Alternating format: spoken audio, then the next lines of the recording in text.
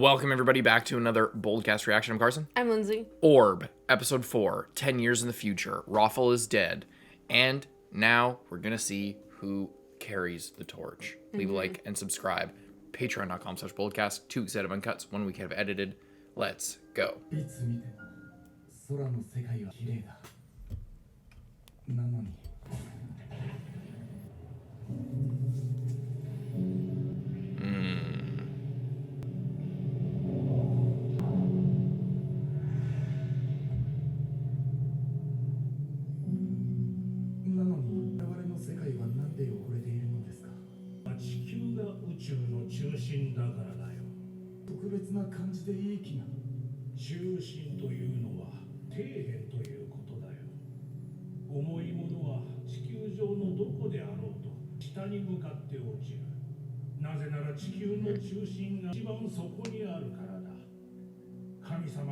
Wow. An interesting way of looking at things.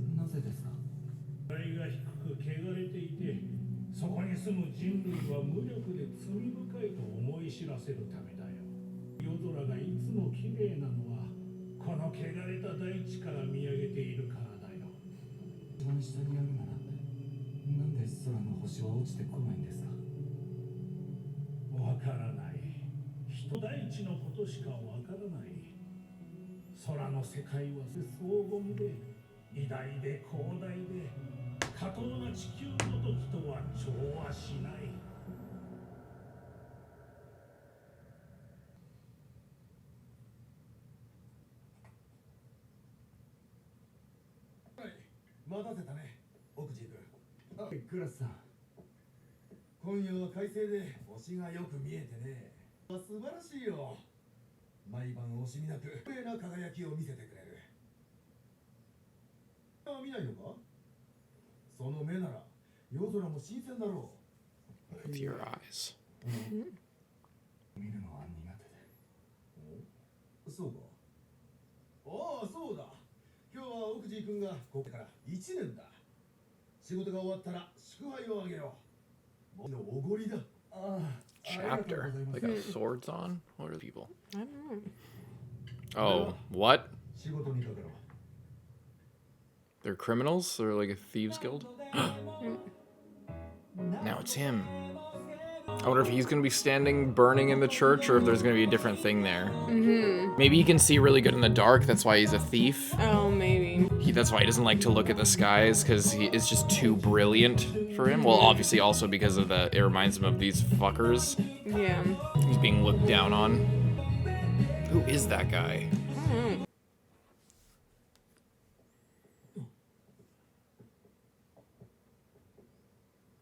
俺行きます。頼む。民間警備組合のものです。私が今回の証人を務めます。個人特定による報復をマスクの着用をお許しください。では早速始めましょうか。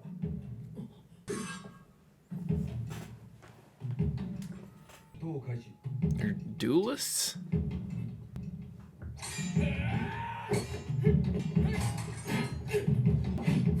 Whoa.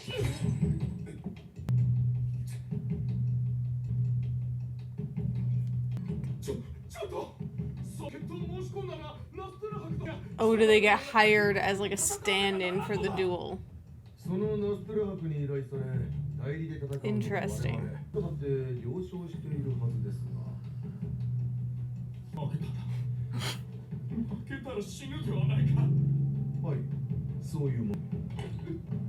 That's what happens when you challenge people to a fight to the death. Yeah. Whoa. Oh my god. Is that allowed? I mean, yeah, it's a fight to the death. Whoa. That's kind of dirty tactics, though, because that weapon is made to disarm people.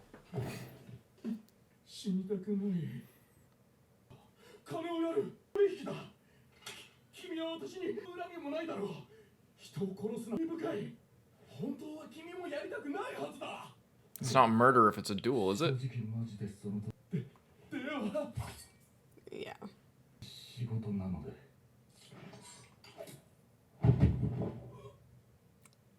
couldn't have gone for the heart, you had to go for the neck. Oh, this is how they get the. Oh no, I thought. I wonder if they're gonna like rob him, and that's how they find the little like paper. Maybe not. I guess Maybe. not. I don't know. Maybe that's connected. 今日の仕事は終わりだ。にしてもさすがのやはりいい目だね。お、どうかしたかい？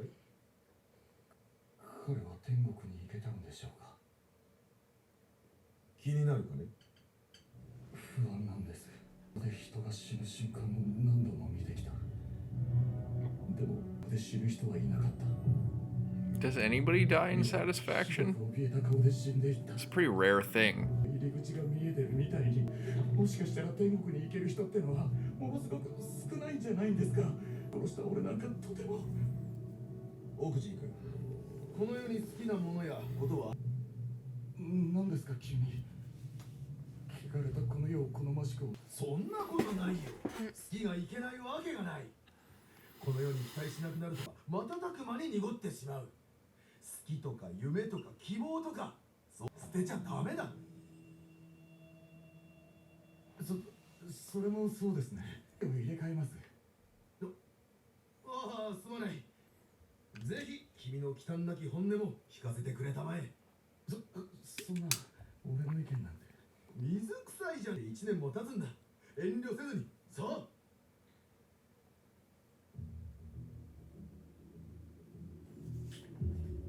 期待したら裏切られるのがオチ。これさ、鼻から諦めた方が傷が浅くて済む。というか、そもそも人生って全然楽しい。この世界で幸福になれるのは生まれた時点でその資格を持ってる一部の人たちだけ。幸せを望むことは全く無駄な行為です。なので希望は天国にしかない。天国最高、天国最高、天国最高。早く来て、早く来て。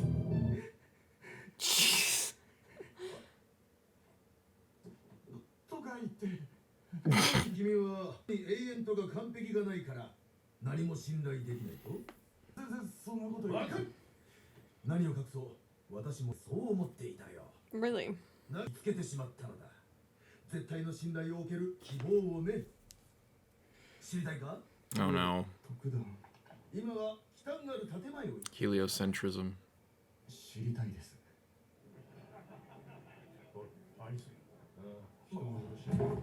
さてと、酒を2つ。市民の通う店だ。大都市風情はお引き取り願おう。気分を害したのなら申し訳ない。しかしこの店は我々組合の出入りも許可されている。勘弁願いたい。違いますよ、クラスさん。今もっとはっきり言うべきです。生まれてすいません、生まれてすいません、生まれてすいません、生まれてすいません。やめろ。生まれてすいません。ほら、こうやって心から。 No, they'll just think you're weird and leave. とりあえずありがとう。さっきの話の続きだ。さっき？ほら、私の見つけについてだけど。ああ、もちろん覚えてました。This looks so evil. He's about to tell him something that'll probably get him killed. これがそれだ。の観測記録。何ですかそれ？あ、そこからか。空には毎晩同じ配置に同じ星座が見えるだろう。位置を変えず一晩で東から西へ動き、やがて朝が来る。だがある時だ。何の気なしに星を眺めていたら事実に気づいた。なんと空には固定さ動く星もあるのだ。一晩での動きは非常にわずかだ。単位で見れば位置がはっきり変わってる。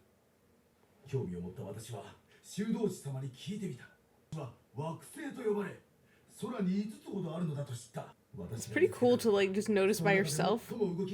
炎のように赤く輝く火星だ。それから私は火星の軌跡を記録することにした。どうだろう。火星は円を描くように星座を巡って動くではないか。1年ブレずに迷わずに形にのっとった軌道だ。揺れる草、流れる川、揺らめく火、動くもの数あれどこれほどまで動くものはない。完璧だ。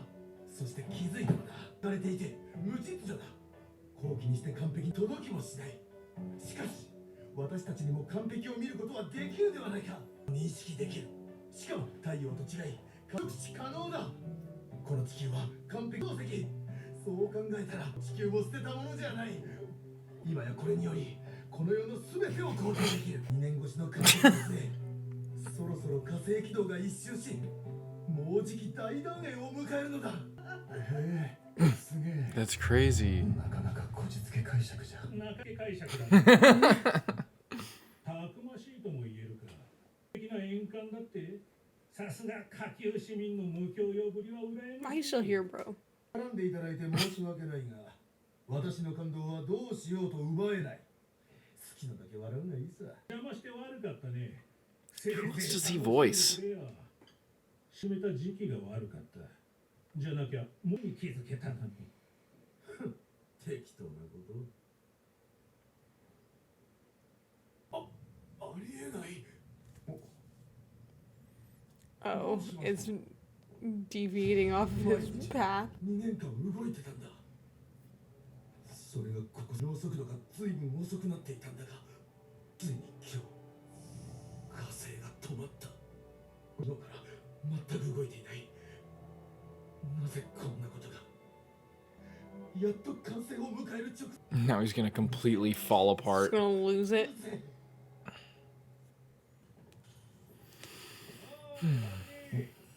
ああ、いえ、これからです。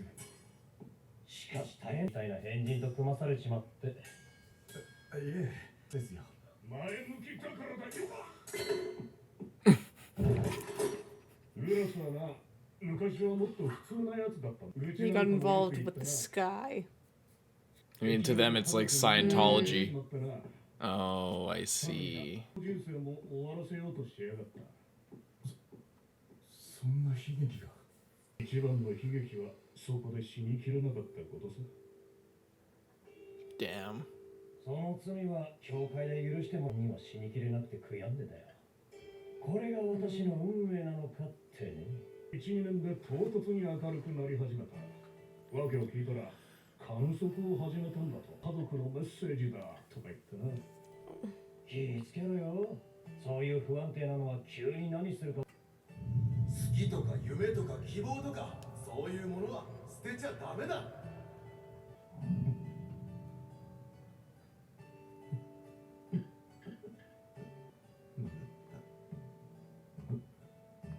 まだった。あさっての方に野縁管が壊れた。醜く歪んだ。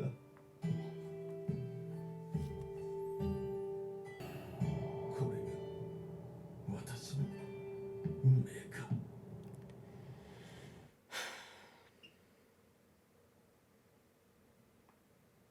どうも。ああ、じゃあ行こうか。観測なしですか。まあね。君の言う通りで、この世界で何かを期待するのはと思ってね。今日の業務。 I don't like the 珍 vibes. しいな。異端者の He's probably suicidal again. Oh. 通じているかもしれん。用心しろよ。 Do you say I'll be or will 異端者の be? 移送経理か。 Transport of a heretic. 悪魔と通じているかも Oh, しれん。 maybe. They may 用 be. 心しろよ。 This episode is like super profound. I mean, the whole show is, but. 異端審問官のダミアンだ。 What? What's in there? Damien. Wasn't that the name of the other Inquisitor guy? I didn't think so. Maybe not. 民間警備組合が我々も行きましょう。野脇さん。 No, that's him. 何見てるんです。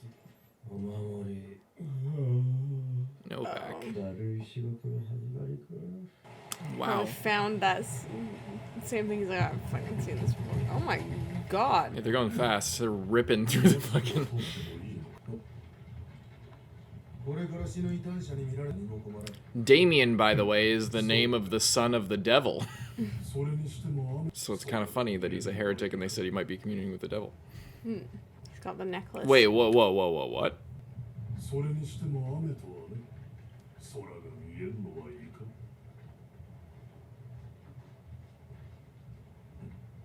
君らは空に興味はないか。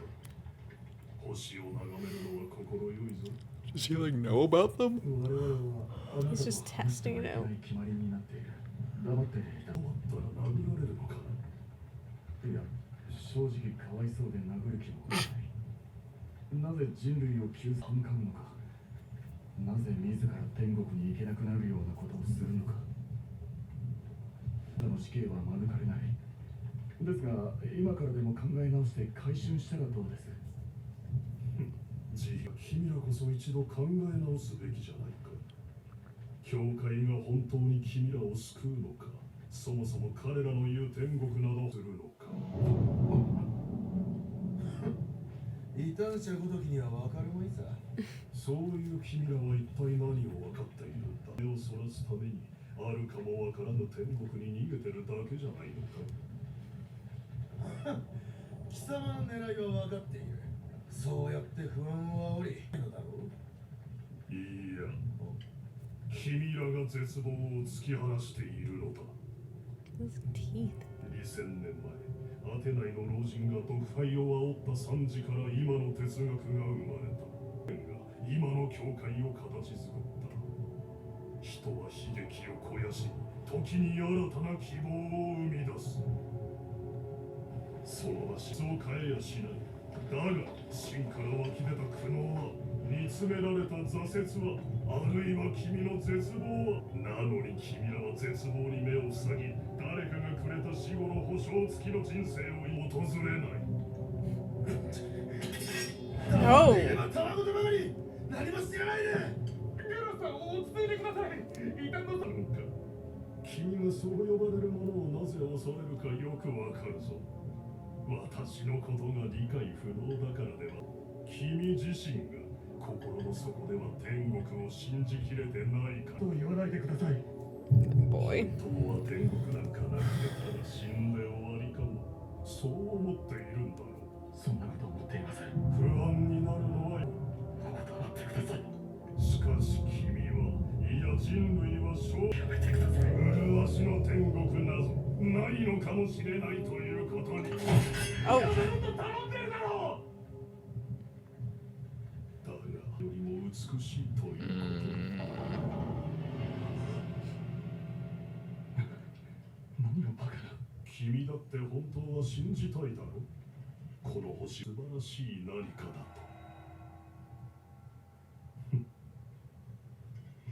This guy is just like getting them so good. Like he's 落ち着いて考えれば全て無根拠な妄想だ。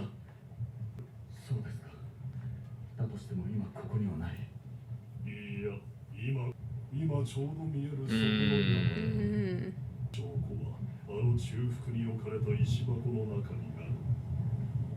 さて、事態を理解しているから、これから少しの間だけ、おそらく人生で初めて自らの運命を変える一生快適な自己否定にとどまるか、全てを捨てて自己肯定にかけ、どちらを選ぶも自由だ。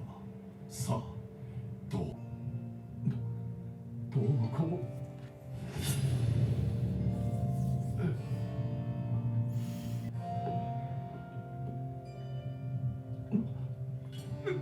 whoa.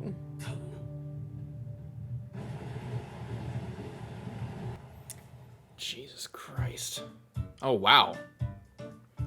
Great episode. I can't believe how much that the guy in the cart was just like riling him up, like just saw like one little bit of weakness and just completely exploited it to like the maximum degree. Yeah, you just can see that they're like clinging. They're. I mean, he probably sees it in a lot of people. It might have worked on a lot of different people. It worked on them in particular because the one guy like looks at the stars, but yeah, but it's also like people who are doing this job of just like living like at night, paycheck to paycheck, killing people every night, and also a good because they're always awake in the dead of night.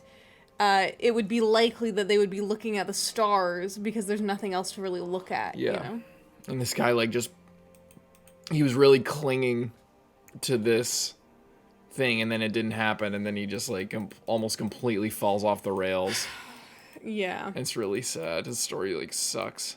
His whole family dies of the plague, and then he's just killing people all the time, and then he like latches on to this thing, and then he gets disappointed And then they're probably, I mean, if depending on the flow of the show, I feel like these guys are gonna die too. There's no way that, like, oh, now we're in the real show. Yeah.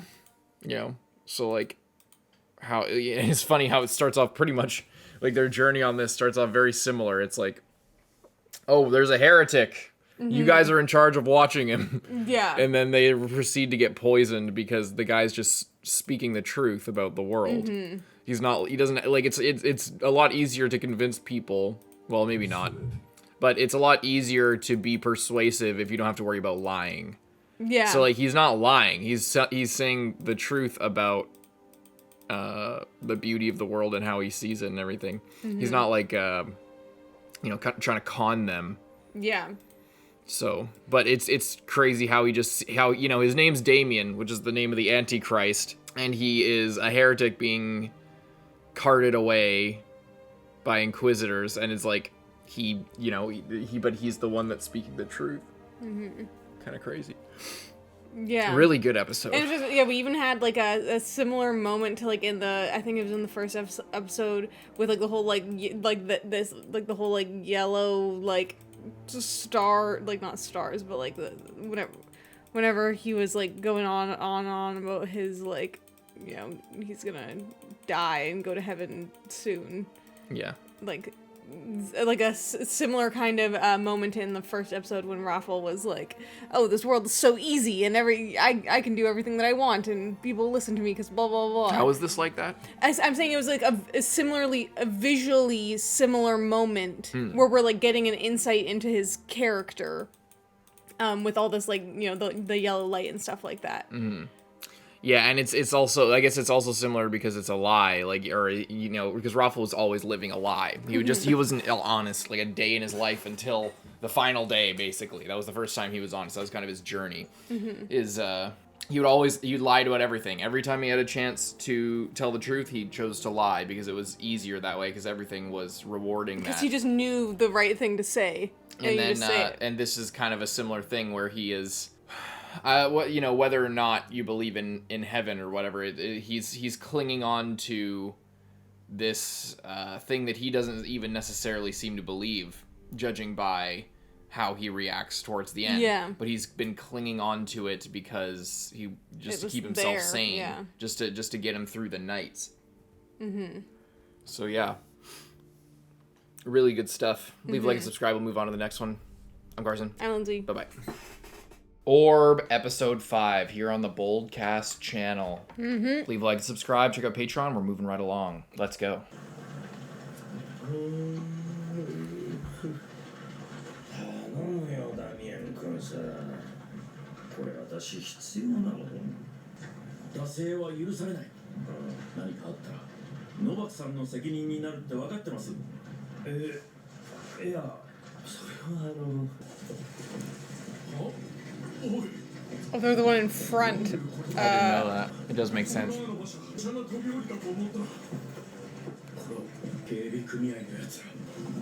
Damn, I thought they were like the one in the back and they were gonna just like kind of Peel off. Yeah. Or they could have just like jumped out. Well, I guess if they were in the back. Damn. Yeah. That's how she goes. These guys were willing to risk everything for this. Well. Oh, damn. Oh, well. When he passed it off to the other guys.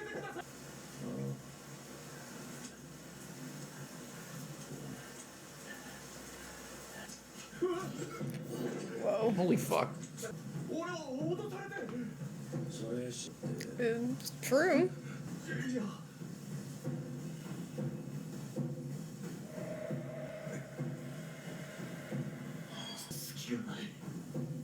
Oh shit. It's locked in.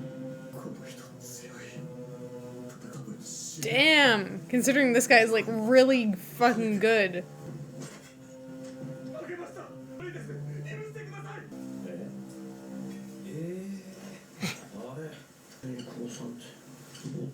He's gonna check his fucking rule book. Oh god. Well, he's gonna kill him. ちゃん。まあでも一度裏切ってるしな。ダメかな。必要ないし。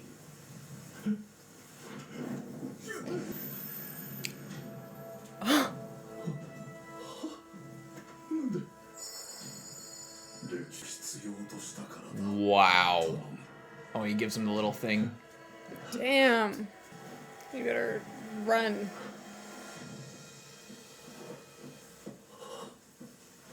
I've done my part. Ah, death. Oh! It's a throwing knife too, or those machetes. Ooh. Holy shit. Damn.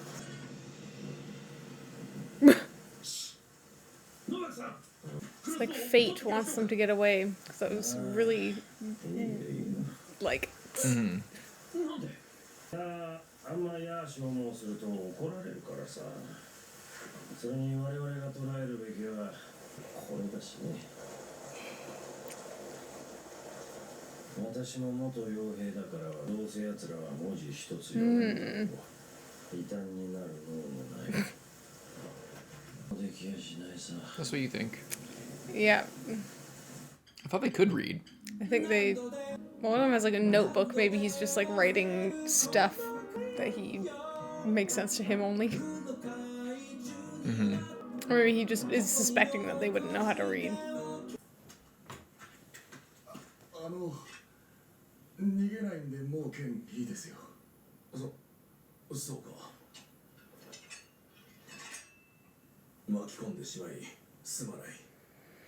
しかしやり直したいかと問われたらそうではなく、何度繰り返しても同じ選択をしただろうから、この謝罪さを書いている。その点もわけないと思ってる。わかりました。グラさん。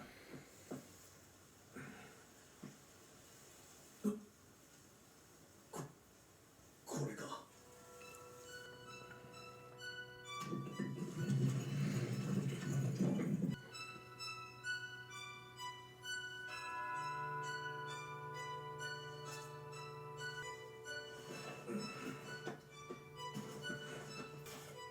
これは何の図だ？書は手紙みたいです。2つあって最近のと10年前の。They left the original letter. 最近の方をくれるか。あの異端者のものかもしれん。くそ、目が。はじめに私はこの石箱の制作発見者だ。この箱の発見に至りついて書き残そうと思う。 Yeah, I'm kind of wondering how this 私は guy... 先生術師として天体観測をしていた。ある時視界や高度を考慮し一番の観測値を見つけた。すると不思議なことに気づいた。そこにある2つの大い印がついた三つ星オリオンのベルトが彫られていた。そしてそれに対2つの岩の間にちょうど向かいの山の中腹が。 That's crazy. That is so cool. 何のために好奇心の山へ向かい、そしてこの箱に出会った。結局箱を残したのが誰でなぜ放置されていたのかわからない。しかしその中身は未完成ながら人類の歴史と運命を変えてしまうものだとはっきり分かった。死んだとしてもこの発見のおかげで私は幸福な命だったと断言できる。詳細は同梱されている資料、私も勝手ながら複数の記をさせてもらった。以上。の手紙には何と。 Yeah, I'm really curious about that. 読めません。文字ちゃんと習ってないので。タイトルだけならなんとか。なんだ。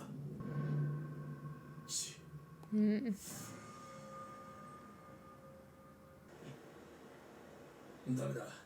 この橋も崩れてる。迂回しよう。Oh. ここからだと。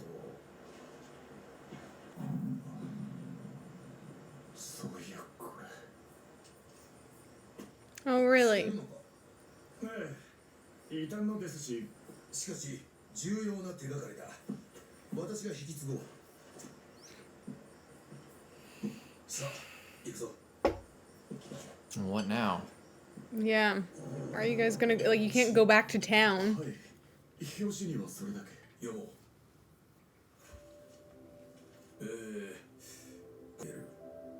うなおこれにより利益が生じた場合その1割を音付き彼の協力は心強かった、住所は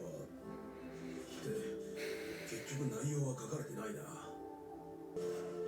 まずこの書物については察するに天文学のものだろうだが肝心の内容はラテン語や数式で書かれてて読め彼の今後についてだが私のせいで君は町にも組合にも戻れないだろうしかし自己弁護するなら全てを逆転できるかもしれんこの記録の量を見るにただの思いつきやホラ話じゃないだろう見せるべき相手に見せれば大手柄そして Yeah, show them to the right person. Really, really good.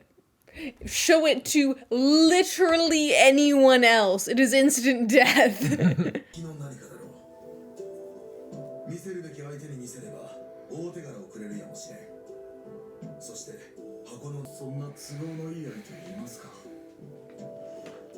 実は一人心当たりがある私は惑星について尋ねた修道士だ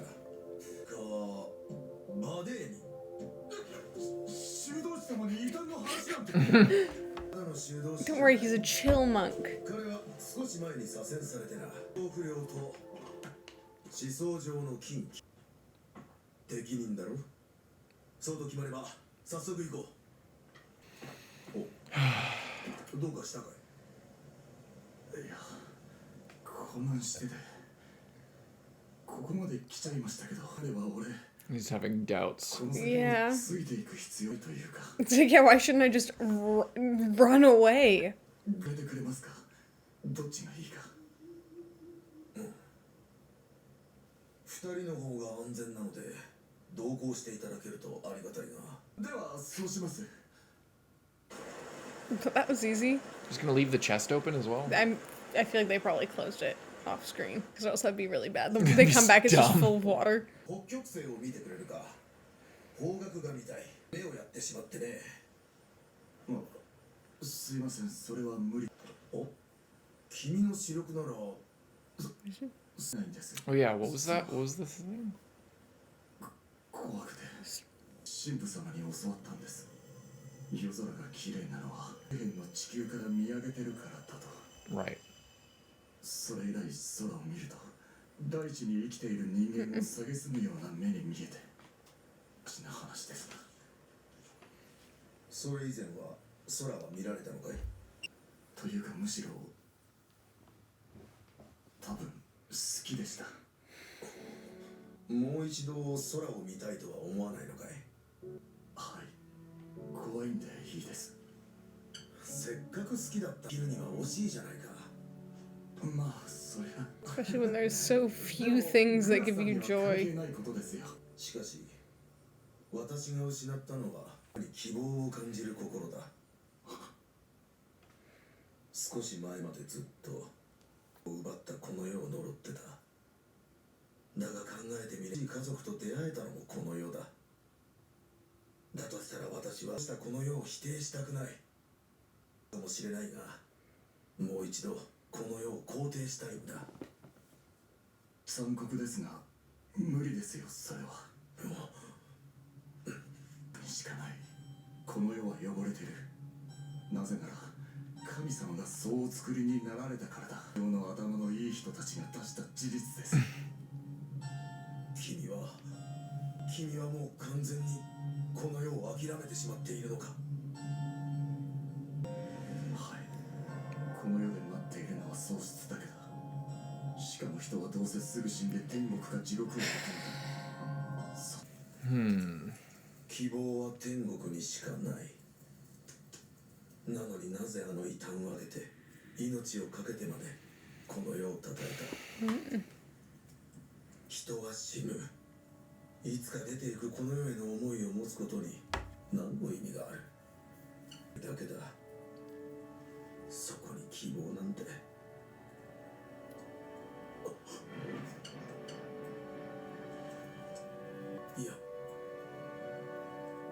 もしかしてそれが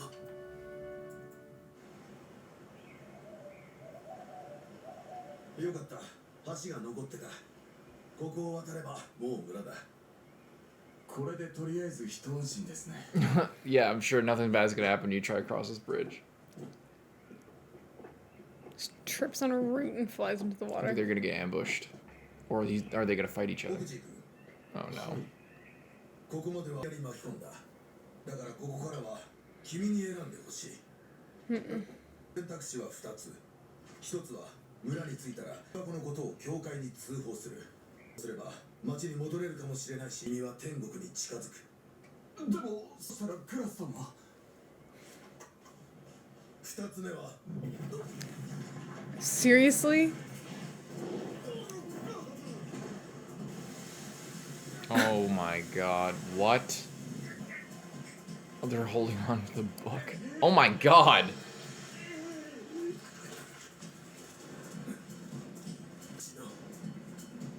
2つ目を2つ目は1つ目全部無視してことだ。そしていつか再びその名を見てくれ。 This guy's like dying words. Oh, that's a strong necklace. Hold on to the wall or something. You had it for like 1 second, bro. Yeah, why didn't you try and grab onto the wall? 君の言うようにこの世界は喪失で溢れている。それにこうされ。でも私が死んでもこの世界は続く。だったらそこにそれが喪失まみれのこの世界から生まれたある種の希望だ。タクスって誰？俺ですから。お茶なんて全くない。その通りだ。だが君はいる。君はまだ天国へ行くべきじゃない。君の顔はまだ死を恐れてるからだ。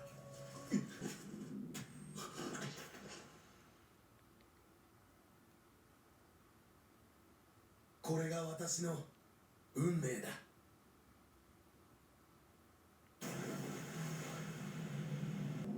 What the fuck? Jesus.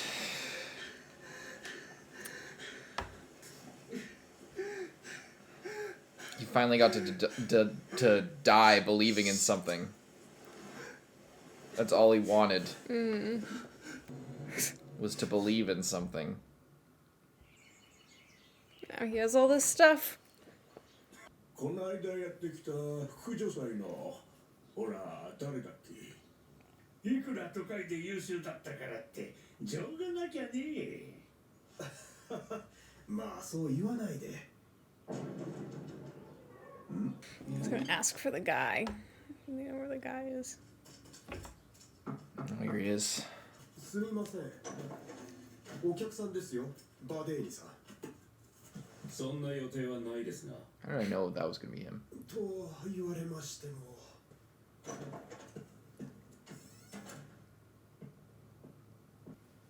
どちら様、何の用で。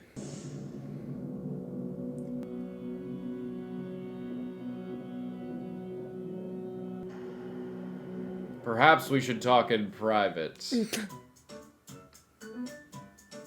Wow. Just like, sees him? Alright, maybe we should go somewhere else. Judging by whatever the fuck is going on with you. Damn. Wow. A lot of big conversations this episode. A lot of big talk this episode. Yeah. A lot of talking about what they're gonna do, about what they found, etc. And then about, like... Whether or not you should put your faith in the afterlife or in the world that you're living in. And yeah, again, like what I've said in a previous episode is that it's ironically the ones who are abandoning the church's dogma that are putting the most faith in the world. They have more faith than the people in the church. Like he had faith that he would go on and do it, and he died happy that he was able to keep the torch lit and pass it on. And, you know, if somebody from the church were to do that, they have to resort to things like fear, etc., and torture to, like, ensure that they can trust other people. But, you know, all the people in this chain have utter faith that the truth will get out. Yeah, eventually Yeah. it'll happen. And, you know, he can die knowing that at least it doesn't end with him. And, you know, he had his own part to kind of play in it, you know? Damn. I was wondering why he, like, wasn't really in, like, the OP and stuff, even though he seemed to be, like, way more of... so I was kind of thinking, like, oh, you know, maybe something will happen to him. But I wasn't thinking that he would just die instantly Like, right on the away, walk back. I thought he'd be around for a little bit longer. Yeah. It's Wow. crazy. And it's also, you know, as well, it's like, you know, there's two of them, and then one of them is just like, I just want to die, I just want to go to heaven. Like, it's just like he probably is just gonna spend, like, why wasn't it me that, like, fell off the fucking bridge? And then he could have just gone off and done exactly what he was already trying to do, and I'm not roped into this, but it's all for a reason. And, you know, he's gonna be like the eyes and, like, look at the stars, and then the other guy is gonna actually know what it all means and be able to, like, contribute to the research. And yeah, his whole thing of, like, that he doesn't want to look at the stars, and then it's just like, I'm interested to see, like, you know, what, like, is he just gonna, like, try it, or is you know, someone's gonna say something that's gonna, like, finally click it for him, or is it, like, the death of kind of his friend, you know, like, I'm interested to see how his journey is gonna go from being someone who can't bring himself to look at the stars because he feels like they're, like, menacingly, like, looking down upon him. Yeah. To someone who Maybe will be enthusiastic about this whole thing. Yeah. Yeah, because he has, like, great vision for, like, like, he would be, like, the perfect astronomer, basically. And maybe that'll be, I wonder if there's gonna be another time skip to where he learns how to read and learns a little bit more, and but he still doesn't want to get over all this stuff, and then maybe he'll need to carry the torch again.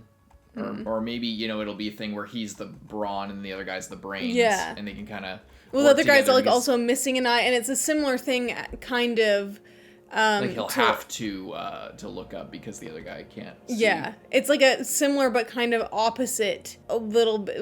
Like, not really, but it's very similar to, like, the first thing when I can't remember the name of the first heretic. Was, like, telling Rafal to look for him and be his eyes because he was, like, blind. Yeah, he was blind. They took out one of his eyes, yeah. Yeah, so it's kind of a similar thing here, except in that, where it's like, no, I'm not gonna, like, you know, look for you, and then it's like, he does, and then he gets, like, addicted to it, you know? Yeah, I still can't believe that guy died, like, that fast. Yeah. But I'm really interested to see where the story's gonna go. Leave a like and subscribe. Let's move on to the next one. Orb, episode 6. Patreon. Leave a like and subscribe. Hope you enjoy. Let's see what happens this time. Let's go. はい、自分オクジーと申します。もし書類があってそこまで案内したく。良いな。君、傭兵か。我が私は聖職者だ。このまま一定の距離を保つように。すいません。 This guy's a weirdo. Yeah. まず一つ確認したい。私の人生を大きく変える。You could say that. もう咲きたくない。 I can promise you they will change your Oh, life. his other eye is, like, clouding over, it looks like. その教会的に少し問題。おお。 He's like, all right then. 取り方は私が判断する。で、いや、 You'll see. You'll understand. わかる。内容がわからない？私に見せようと。それもわかりませんだけなので。あ？誰に？ Who else does this guy voice? 町の修道院展開について質問をした人いませんでした。院の決まりで定期的に市民と話してたが、とにかく苦痛で覚えていない。その人の電話に来たんですよね。撮ってた人なんですが。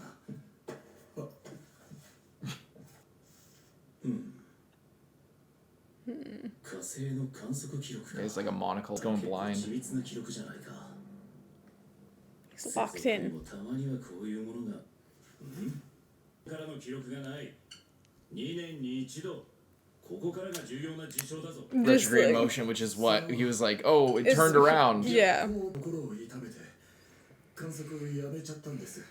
You felt betrayed by just something that happens? 逆を知らなかったのか。星って名前自体が惑う人。プラネーテスか。軌道は惑うに決まってるだろう。というか、それを知らないな記録を取ってたのか。一体何のために。わかりません。 Because he liked it. Yeah. もういい。そのに時間は割けない。何かと思えば全く。 No, I promise you, what is actually in the box? こんなところに。I know that.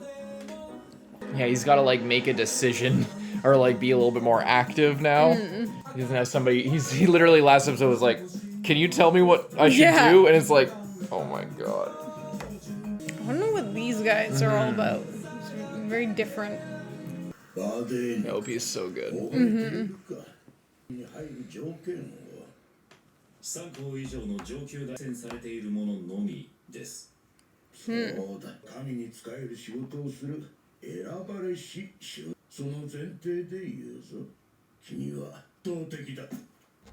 他は10人がかりで協力してるのか。君はただ一人でこの量のもの。 Wow. So he's really Genius. bright. Why does he have those scars? すごいな。だが、これがどう He is going blind. 言えばわかる。ここでは超えた勉強 Oh. は許されない。 He was too 規 curious. 律通りに行動し波を揃えろ。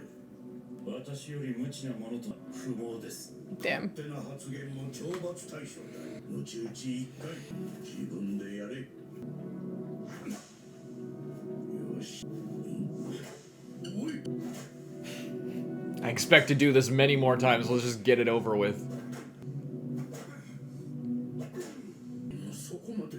これで発言してもいいですか。 He's an overachiever. What can he say? 一ことを繰り返す。懲罰と引き換えに世の自由を得られる限りは。 Wow, that's badass. 俺からな。 You don't even respect him? うちで一番白。しかし、資料深さは皆無だ。深くてはダメなんですよ、修道院長。そんなやわな時代に埋もれて終わる。いざという時、掴み取れない。掴む？何よ。ずっと待っている。私を特別にする瞬間。偉大にする瞬間。 Your moment of 私が greatness. 動かす瞬間ですよ。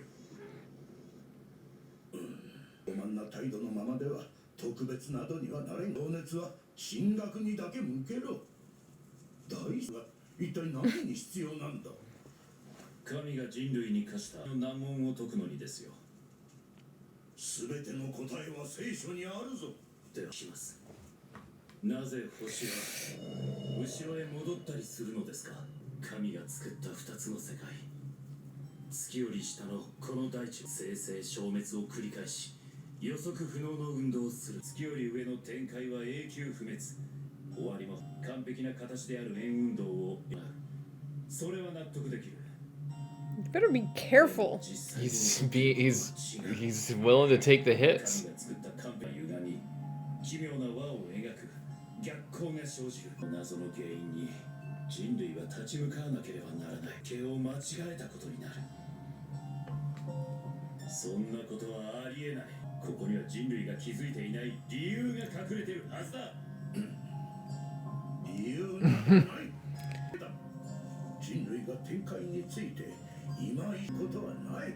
天と地は階級が違うんだ。気が知れるか。 Again, even like it's even when he puts it in the most like charitable way possible. He's like, God has given us this opportunity to learn more, and he's like, I've observed a difference, which means that either God is wrong or God has more planned for us. And then he's like, there is no reason. It's like he doesn't even contend with what he's saying. Yeah, it's like He it's just like ignores it. It's exactly. It's like, yeah, he's putting it in God's most charitable favor of like, if God was to design something perfect, he would design it like this, and they would all go perfectly. So but either they it's don't. imperfect or there's something even bigger. Yeah, and Yeah. this guy's like, no, it just is the way that it is. And we're never gonna learn more. And we're never gonna learn more, but it's also like, I'm gonna prevent anyone from learning more because it will diminish what we've already stated to be the truth.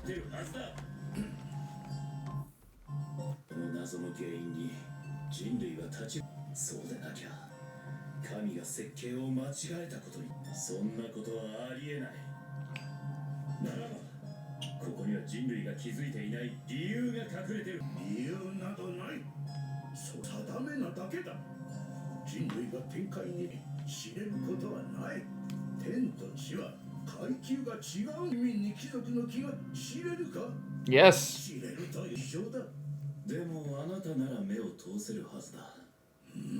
図書室に厳重に保管してる。Oh no, careful. 異教、異端者たち。Oh. その話をするな。客がある。神によって能力が与えられたのに、なぜ人間に制限されなければならないのか。罪だからだ。聖書にそう解釈できる記述もある。君は人より間違っても金賞を読もうなどと思うな体罰どうするんです Oh no. Oh. And he did, but he barely escaped with one eye. まだ早かった知識ではなく精神がな不毛なしでは神のご加護 It's so frustrating because he's like on his side. He's like, just let me do what I need to do. I'm doing it for the right reasons. I'm doing it for us. But they don't care. Oh my god, man. Like, we know it's a train wreck. We know what's gonna happen.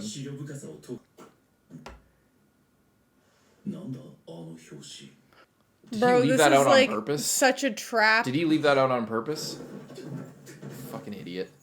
うちの国民やっぱり禁書だ宇宙に関する禁忌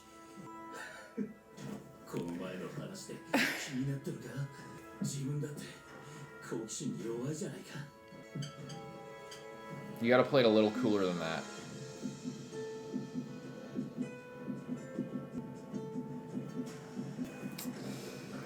Yeah. この部屋で何をしているそれ待て君が読んでいるところを見て Oh my god. Giving him a chance. He's literally giving him a chance, and he chose to say, fuck you. 報道されたものなど出すわけにはいかんましてや体もしその本を一瞬で取り押さえる And he's still gonna do it? 不毛だろその通りですね本を開くのは一瞬でしょうでも私はずっと待ってた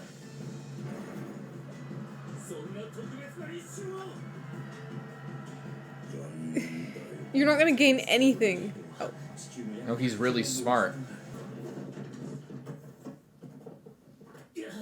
ことを続けたら教会正統派は教皇は世俗化し修道思考停止教会は免罪符で金を稼ぐこれで迷い I love how he's literally correct. Like, obviously, this is written by somebody with the benefit of history, but that's literally what happened. Yeah.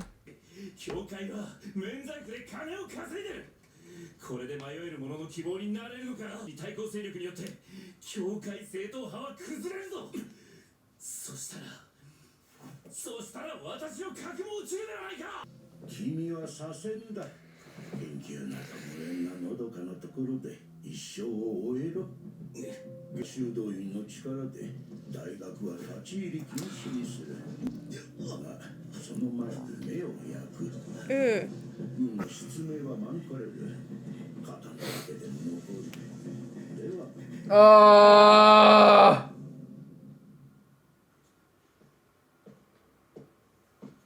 待て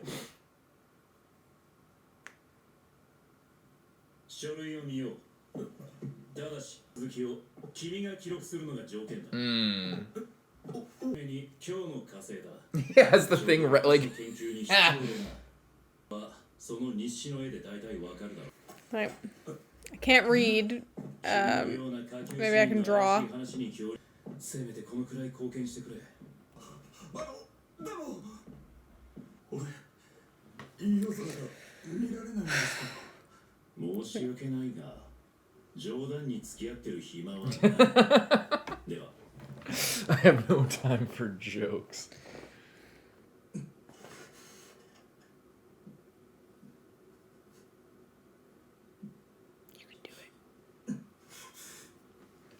無理だ。俺がこんなことしなきゃ。いや、こんなことしなきゃいけないぞ。そうだ。すぐにこんなの捨てて全部やり直そう。But you won't. 元の町に帰れなくても流れ物として別の町で一から人生を始めは最下層に落ちるけど、もともと似たようなもんだ。もとよりこの世界において苦しいのは当然。俺にも死後天国がある。そうだ、天国だ。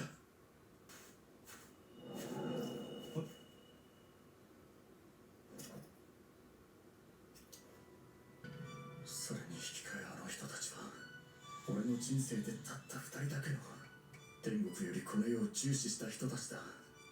確実だ。そんな人の言うこと聞いちゃダメだ。だけど俺の人生でたった2人、彼らだけが死ぬその瞬間、そうな顔をしてた。地獄へ行くのになぜあんな顔。いや、見たって何も変わらない。期待なんてやめろ。絶望は希望に転化し、この世界に期待することだ。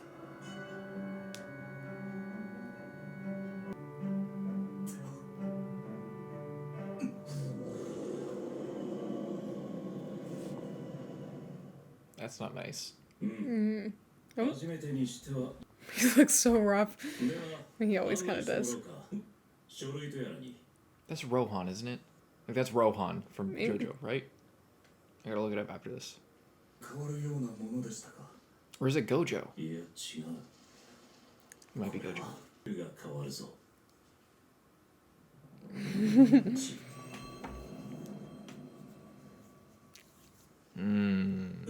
銃が変わる。 Oh, that's from the OP when he's puking. He just got too excited. Is he excited or is he stressed out? 今吐き出したのはくだらん思い込みだ。これはすごいぞ。違えてなかったんだ。それどころか It's 人 Gojo. 類に理解可能に宇宙を作った。確かに教会では少し、いや、適切な解釈を見つければ公表も不可能ではないか。 Damn. 一体何が書かれている。ああ、端的に言うとアリストテレスの同心球理論とプトレマイオスの理心円終点への欠点の指摘、さらに今用いられている全ての理論において宇宙全体とその部分に均衡がなく、それぞれ述され体系化されていないことに対する異議、そしてこれらの問題の根本原因は展開における相当数の不規、それを単純に説明し得るある運動の提示。まあもっと端的に He's like, 地球は動いている。全然動いてないですな。だな。孫に書かれていることはあまりにも合理的だ。一つ実験をしよう。日誌を見て、ここ2年の火星の軌道を描いてくれ。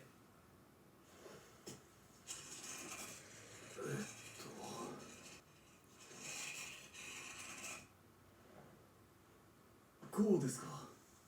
ああ、いいだろう。展開における最大の謎、惑星の逆行だ。人類はこの原因を解明することは諦め、計算は可能にしようと努めた。その結果、論は複雑化し、it's very elaborate. Yes. 惑星が前にだけ進んでくれないからだ。でも実際は、惑星は前にだけ進みながら出たんだ。そんなの不可能じゃ。ああ、不可能だ。地球が静止してる。 Heliocentrism. 地球が動けば可能だ。何してるんです。宇宙を再現し、 Being a planet. を中心に私より内側の円を追い越してくれ。早く。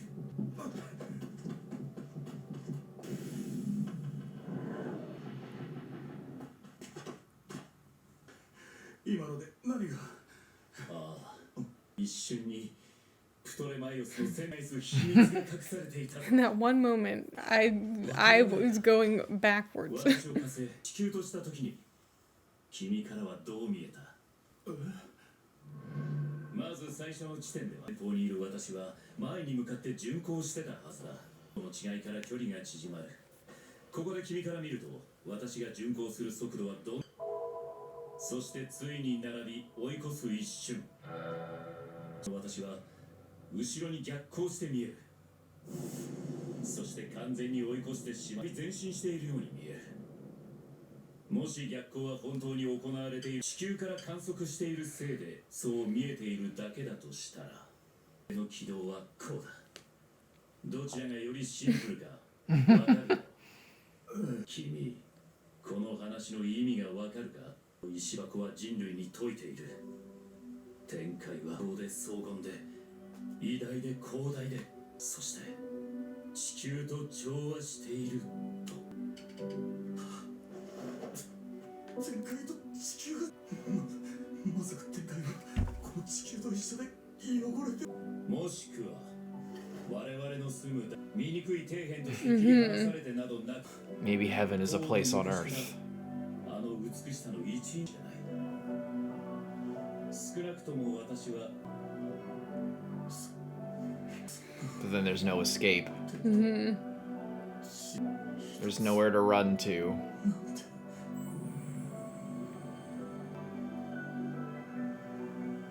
このさ、なんか慈悲深さを感じるかが私にどでかい利益を与えてくださる。もっと単純になんか綺麗じゃないですか。 It's your outlook on life. なんかを絶対にする方法が一つだけあるぞ。世界を動かせ。Ugh. Too late, it's already moving.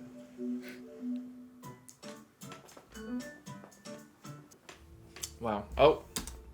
What do you think of Okay, that yeah. one? That was a really good episode. I feel like that might be my favorite episode so far. Yeah, it's I think what it might be is this guy, because he brings so much life Yeah. to the dialogue, and he's so rational, but also But he's just like, but he's not cynical. I think that's what it is he believes in God. He's a part of the system, but the system is betraying him, literally. They are, and he has these gifts and they're being taken away from him, but he's still really chipper. And I like that. I like that he has hope, or that he still has drive, and he's willing to lash himself a million times just so that he can have an opportunity to directly challenge the abbot. And it's also like But just the way he talks and the way that the character moves and the way that the dialogue moves with him is less two depressed guys going over about how they're depressed, or is there any hope in the world, and a little bit more spice to it. And I think that goes a long way to keep my attention for all the dialogue. Not that I wasn't before, but it brings a whole new dimension to the story. It's similar like why rafal was such an interesting character, because he had all that stuff about being popular or being well liked, and he was lying and stuff like that, and that gave an interesting thing, I think that he's actually kind of similar to Rafal in a way as well, of really bright, super smart, super driven, and also this feeling of why should I wait to do something? Because this guy, if he was just if he was a little bit more conservative, he could have played the long game, moved up in okay, I'll settle down on the studying for now. He moves up in the church, but then he would have ended up like Rafal's dad. Exactly. So he's just not about playing that game. Yeah.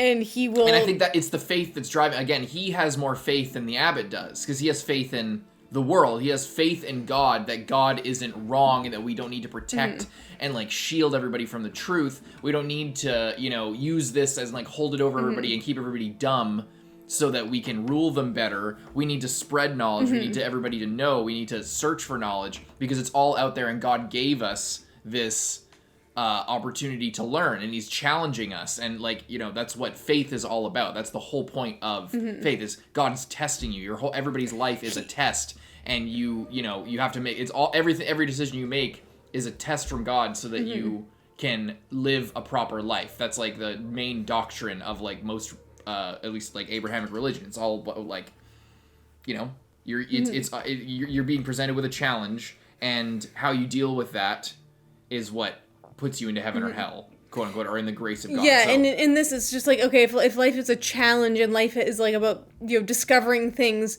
and like exploring all that the world has to offer, that's not the same thing as life is suffering and I'm here just to suffer until eventually I get something good. It's like there's good things around. I'm just gonna look for them. Yeah, you know, it's like also it's just like, if you know, it's kind of the belief that it's like, okay, if God created the earth, if first of all, if God created the universe, why wouldn't he make it perfect? And if God created earth, why would it be just a hellscape for us to suffer in and not a place to like learn and grow and enjoy? You know?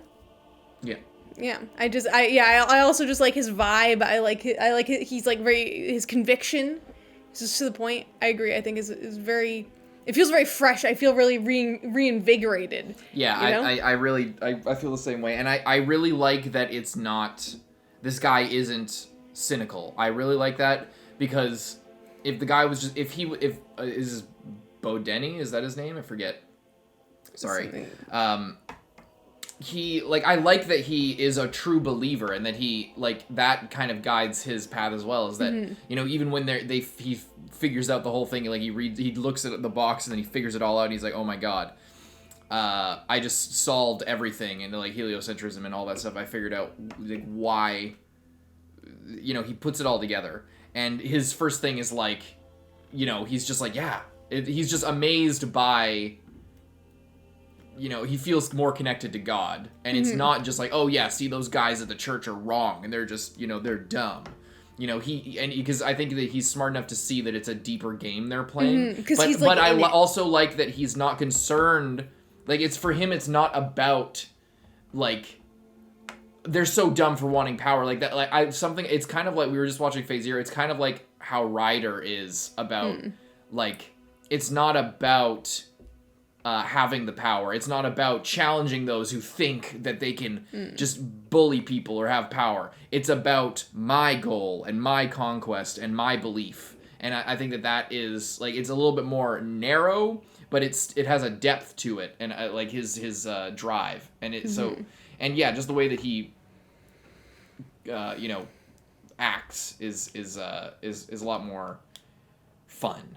And you just know that he's like serious about it. He needs zero convincing. Yeah. He was already pushing the bounds, and he voluntarily just based takes off the of suffering. what, you know, what he's saying, like he would have been like executed 5 times over by now if he didn't happen to already be within the church, and they're like giving him lenience, and also they don't want to be like, oh yeah, one of our monks was a heretic, because that looks really bad on them. Yeah, it's all about the perception. Yeah.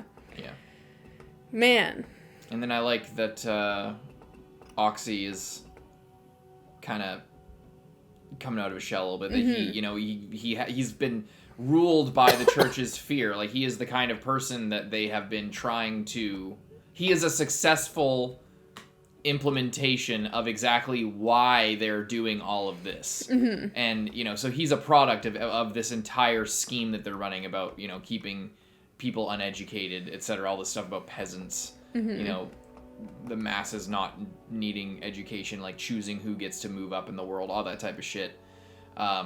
He's an exact product of that, you know. And so even though he doesn't deserve, you know, any of the treatment that he's had, but he was just indoctrinated with all this fear about, to the point where it's like a physical thing. Like, it's not just like, oh, I'm afraid of doing anything bad so I don't go to hell. It's like, I'm afraid of looking at the sky because I feel so small and meaningless. That, it just reminds me of that. It reminds me, and it's as if I'm being looked down on for like any time. And he, you know, he's a person of the night. He like works at night. He's a mercenary who fights people at night.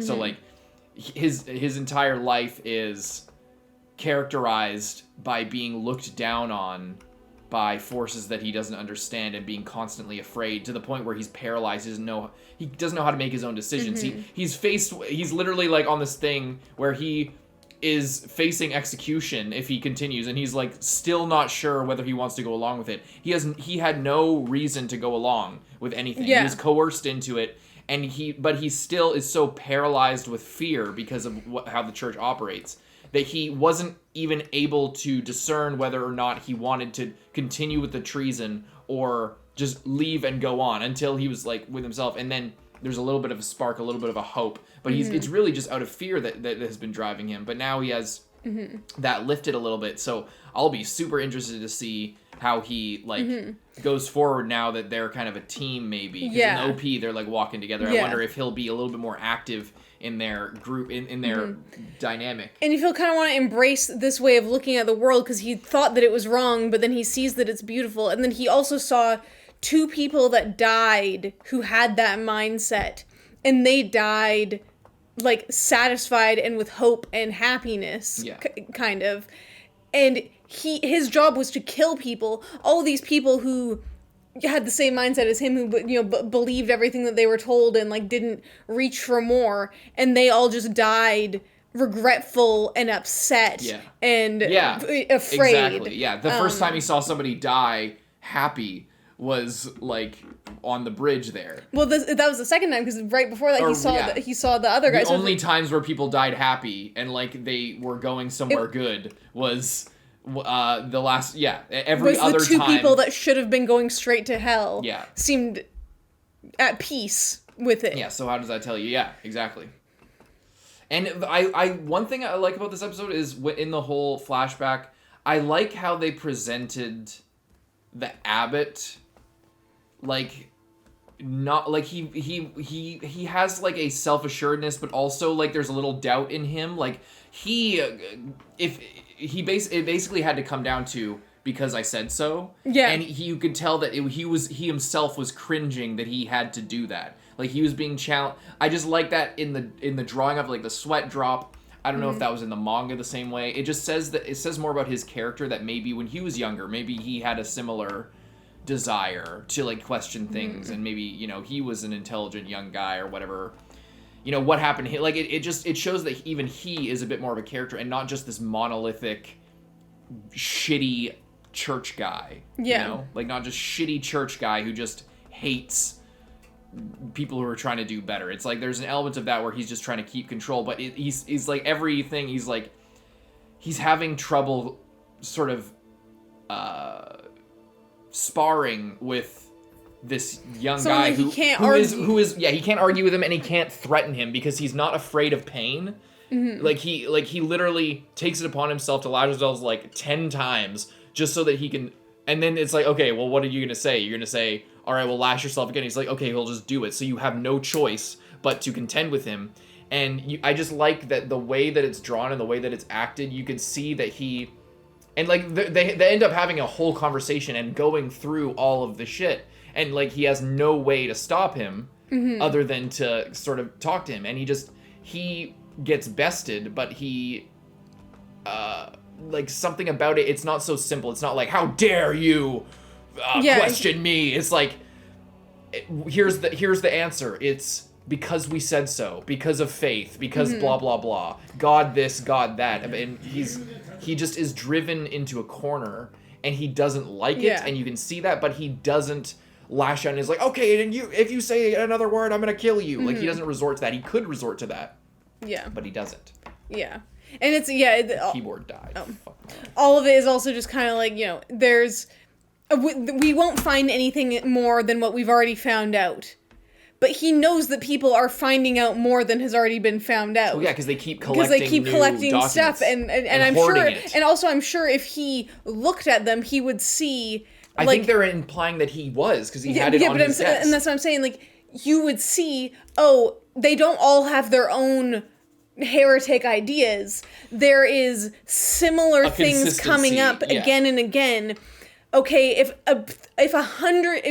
one person comes up with one conclusion and then 100 other people come up with completely different ideas, then you might think, okay, there's zero basis for any of this. But that's the entire point, is that it is the same, and and it's about the control. And I think that you can see that in his expressions, is that he maybe a part of him is a little bit reluctant, or just like he can't really argue with it because he knows that the kid is right. He knows that he is wrong, but that it doesn't matter. What matters is the authority, and the authority is what has to be protected. That's why he keeps saying, you're too curious, you're too blah, blah, blah. Yeah. He knows all of that. He knows all of this, and because he has access to the secret, taken all the documents, texts, all the texts of everything. So he's read it all. He probably knows what's everything that's in that box, like, depending on how far each of these individual people left. He at least has gotten close, because he's probably just as educated. He might not be as, like, curious and bright as BADENI, if that's his name. I'm forgetting again, so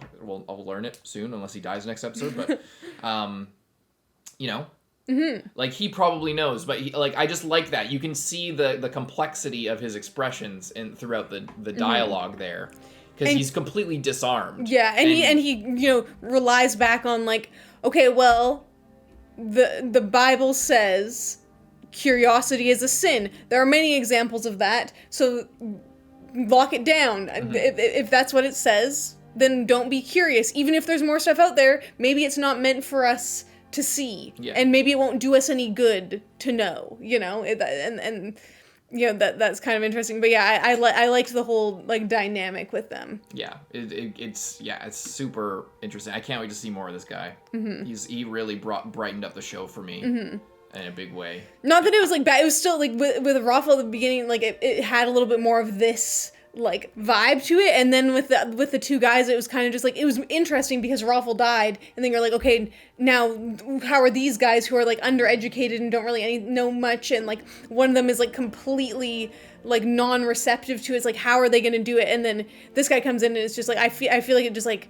it's like, like, now it's coming in, and the thing is, like, we don't even know how long this is gonna last. Yeah, like, it could be one episode. It could be 1 episode, it could be 10 episodes, it could be the rest of the show, like, we don't know. Yeah. And, but I'm excited for it, and I feel like they're gonna make some big breakthroughs with this guy, because he is so intelligent. He's not a child. He has he's kind of in with the church. He might just leave, but also if he doesn't and, like, is pretending to work with them, then, you know, I don't know. There's a lot of options, and I'm really excited for it. Me too. Leave a like and subscribe. We'll see you on some cards. I'm Lindsay. Bye bye.